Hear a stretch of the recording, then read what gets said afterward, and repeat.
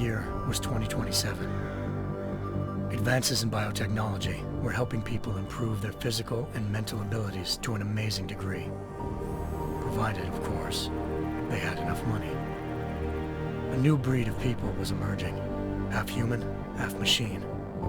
And in Detroit, at least, not everyone was happy to see it. I'd just landed a job as head of security at Sarif Industries, a cutting-edge biotech firm. David Sarif himself handpicked me for the job, said he needed me to keep his people safe. My ex, Megan Reed, was one of them. Brilliant neuroscientist, Megan had found a way to make augmentation safe and affordable for everyone. All she had to do was present her research to Congress. But the night before her big meeting, my security measures failed. A team of Black Op mercenaries stormed into Sarif headquarters, massacring everyone in sight. 3 of the mercs were heavily augmented walking tanks. Their mission? Take out Megan and her team. I tried to stop them, but their leader tossed me through a plate glass wall. Last thing I heard as his bullets slammed into my brain was Megan's dying scream. I should have died with her.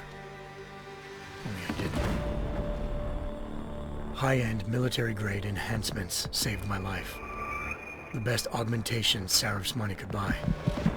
Took me half a year to get a feel for her. Should have taken longer. But 6 months into my recovery, Sarif Industries was attacked again. This time, by a radical group of pro-human purists. Violent, militant, and fanatically opposed to human augmentation. They claimed to be members of Humanity Front, a non-profit organization that wanted the UN to limit biotechnology research. The thugs broke into Sarif's factory and found machinists working overtime on a top-secret military augment called the Typhoon. Sarif sent me to retrieve it, and when I did, I found one of the so-called purists next to it, wired with cerebral implants, trying to download its classified specs. Obviously, something more was going on. The Aug killed himself before I could question him. Sarif ordered me to dig deeper, so with the help of Frank Pritchard, Sarif's head of cybersecurity, I did. Turns out a second hacker had been controlling the Aug's actions from somewhere off-site. Pritchard and I tracked his signal to a secret FEMA internment camp in Detroit. The Black Op mercenaries were there. The same mercs who'd left me for dead 6 months before. Figured they'd try again when they saw me. Wasn't so easy for them this time. I took out the tank named Barrett, even got him to give me a new lead. A penthouse apartment in China. Of course, we both knew it would be a trap in the end.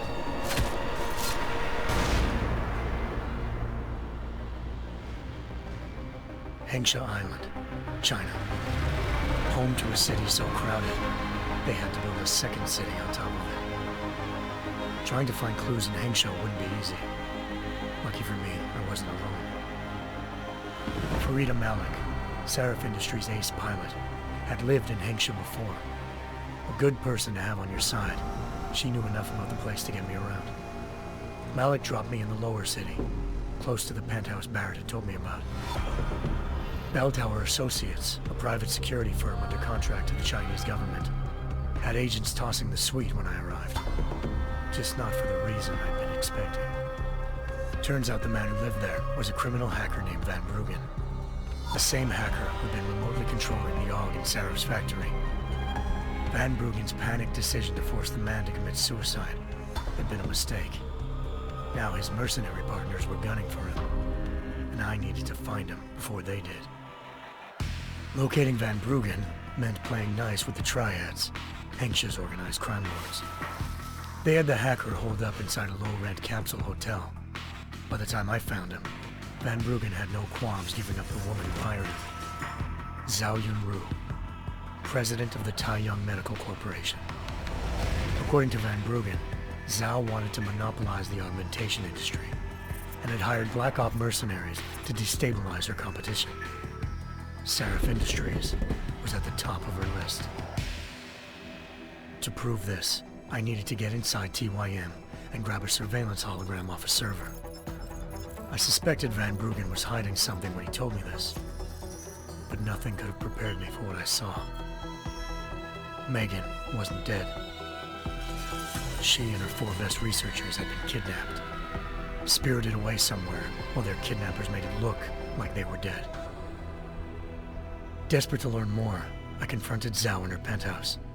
She claimed to be a pawn in a bigger plan, and hinted at a group so powerful it controlled global interests at a whim. Then she slipped into a panic room and hit the alarm, forcing me to make a very quick exit. I figured Zhao was lying, but part of her confession made sense. David Sarif had been worried about his people. So worried, he'd required all of them to have subdermal locator devices surgically implanted. The GPOs would have been broadcasting the day of the attack. But Zhao said a single call to Picus, the world's leader in global 24-hour satellite news, had turned those signals off. I needed to fly to Picus headquarters in Montreal if I wanted to learn more.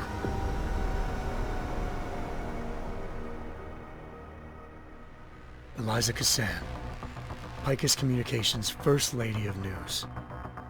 Malik thought I was reaching when I told her Eliza was involved in this. The world's most famous news anchor, working with a mercenary hit squad.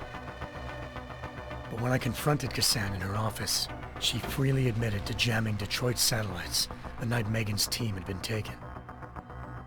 Said she's just been following her commands. I suspected she wanted to say more. But Black Op mercenaries showed up looking to shut us both down.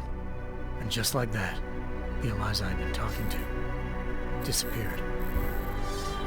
The Mercs were led by an augmented killer I'd crossed paths with twice before, Fedorova, a woman who'd made silence her best friend. She waited for me to track Eliza's transmission to a secret server room underneath the Picus complex, then jumped me from behind. A deadly fight ensued. I made sure she never moved silently again. With Fedorova down, and no one left to keep Eliza quiet, she reappeared. Turns out Picus's First Lady of News wasn't a lady at all. She was a sophisticated AI program, engineered to monitor data streams and control what people believed. Eliza told me the Mercs had brought in a Humanity Front doctor named Isaiah Sandoval to remove the scientist's implanted tracking devices while Detroit's satellites were down. She also told me to speak to David Sarif if I wanted to learn more. By the time Malik and I got back to Detroit, tensions between normal and augmented citizens had reached a flashpoint. Riots were breaking out in several cities, and the UN was being urged to intervene. Sarif was trying hard to convince Hugh Darrow, the inventor turned philanthropist who'd once been a leading proponent of enhancement technologies, to help stop a possible regulatory vote. Sarif had a lot riding on Darrow. Megan's discovery would have given millions of people the chance to evolve beyond their normal human abilities, and at the same time catapulted Sarif Industries to the top of the Fortune 500. According to Sarif, Megan's kidnappers knew this, and didn't want people evolving unless they controlled how it was done. He called his enemies Illuminati, and urged me to keep searching. Determined to do so, I tracked down Sandoval via America's most outspoken augmentation opponent, Bill Taggart, Sandoval's boss and founder of Humanity Front. Sandoval admitted to operating on Megan's team when I confronted him, but said he hadn't removed their GPLs. He'd merely switched them to a different frequency. Pritchard was able to trace one of the signals to China. Malik and I immediately took off in pursuit. Unfortunately, the Illuminati were one step ahead.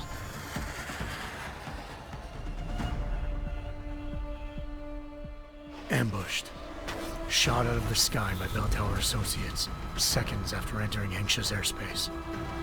Malik's piloting skills saved me. After a tense and bitter struggle, I escaped into Lower Hengsha. The tracking signal I was following led straight to the Triads, or more specifically, to the augmented arm of Tong Si-hung, leader of a gang of augmentation harvesters.